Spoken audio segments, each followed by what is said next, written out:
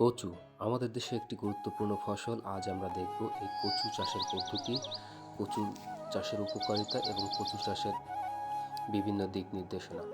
বাংলা কচু চাষ একটি খুবই গুরুত্বপূর্ণ।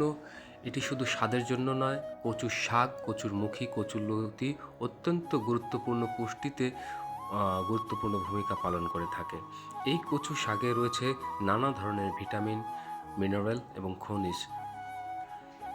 এখন আমরা জানব কচু চাষ সম্পর্কে। এখানে রয়েছে কৃষক, আমরা তার কাছ থেকে সরাসরি জেনে নেব কচু চাষের পদ্ধতি এবং কচু চাষে কী কী সার প্রয়োগ করতে হয়, কচু চাষে কত লাভ হয়, কত ব্যয় হয়, কত আয় হয় সে সম্পর্কে আমরা একটা বাৎসরিক ধারণা নেব এবং এই কচু চাষের ফলে যে সকল উদ্যোক্তা আজকে উদ্যোগ নিয়ে এগিয়ে যাচ্ছে তাদের বিস্তারিত দিক নির্দেশনা দেওয়া হবে আজকের এই ভিডিওর মাধ্যমে। তো চলুন দেখে আসা যাক আজকে কচুর যে সকল বৈশিষ্ট্য রয়েছে সেগুলো আমরা জেনে নেব।